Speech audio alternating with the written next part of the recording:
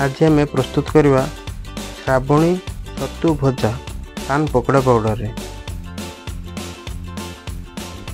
छतु को भल भाव सफा करी ताकू हलदी पानी रे धोई छोट छोट करी काटी रखाई जाइए। कटा होइथिबा प्याज, कटा जाइथिबा लंका और अदा रसुण पेस्ट और लुण पकईदेव। तापर से आमर पकड़ा पाउडर को पकई भल भाव गोलैदेवा। से अल्प परिमाण पानी पकई ताकू भल भाव गोलैदेव।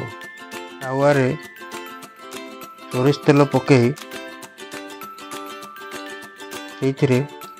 छोट छोट करी बर्तमान भाजवा।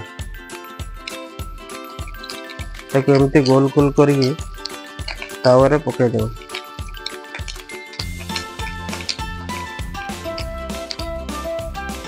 बर्तमान पान पकड़ा पाउडर रे प्रस्तुत हो गला श्रावणी छतु तावा भजा।